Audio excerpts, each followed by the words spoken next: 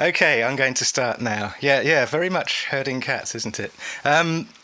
Let's go back to 1975. And this is a film that many people have heard of and possibly seen. One Flew Over the Cuckoo's Nest, 1975. Now, I won't fully... Well, the film is based on a 1962 novel of the same name by Ken Kesey. Now, Kesey himself was a very interesting person. He was a novelist and he was a counterculture figure spanning the Beat generation of the 40s, 50s to the hippie movement of the 60s. The story is based in America in 1963. A young man, Randall Patrick Murphy, played by Jack Nicholson, in the end played by Jack Nicholson, gets put into a mental institution as an alternative to serving a fairly severe prison sentence. The head nurse, Mildred Ratched with a D on the end, played by Louise Fletcher, is a manipulative authoritarian in a power position who sees the need to keep her patients in their place in an almost militaristic manner. Now, initially, the novel became a Broadway play in 1963-64, starring Kirk Douglas in the lead role. And then it was revived off-Broadway with Danny DeVito in the role that he would then play in the film, a young Danny DeVito at that stage. The film, however, it wasn't based on the play, it was based on the book. And the film also stars Christopher Lloyd and Danny DeVito, both as patients, and they would both later star together in an excellent American sitcom in the 70s called Taxi, which actually was very good.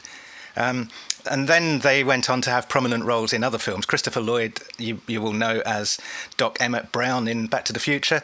And Danny DeVito here, looking very young there. Danny DeVito in many films, being the executive producer of a surprising amount of films as well. Director Milo Forman wrote in 2012, so this is much, much later. He wrote about how he directed the film. He said, and I'm quoting him now, "To me, it was not just literature, but the story was not just literature, but real life.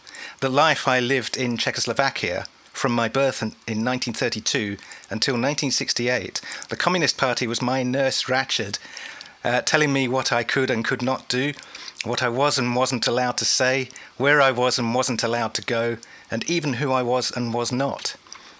So, yeah, I think he got that across. The Beat generation, coming back to Ken Kesey, the Beat generation was the Beatniks, in other words. They were named after the Beat generation and also Sputnik, which was a highly influential telecommunications satellite launched into orbit. I think I've covered that before. Beatniks were an underground non-conformist movement against the military-industrial complex, among other things, and censorship emerging at the time.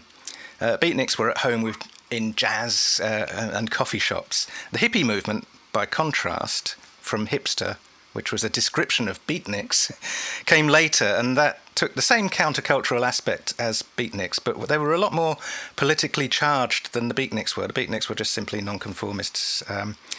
Ken Kesey was one of the influential people that took the beatnik movement forward toward the hippie movement, and along the way he attacked modernism. He wasn't the only one pointing out that the modern era of the late 19th century was in decline, and by the end of World War II had run its course effectively as a set of values and a narrative of how to understand life. What followed would become postmodernism. So in effect, a story like One Flew Over the Cuckoo's Nest gave Kesey a container in which to encapsulate beatnik values and also sowed the seeds of postmodernism in a story that a large portion of contemporary viewers could consume. So that's 1975, One Flew Over the Cuckoo's Nest. Thank you very much. I hope you enjoy watching it.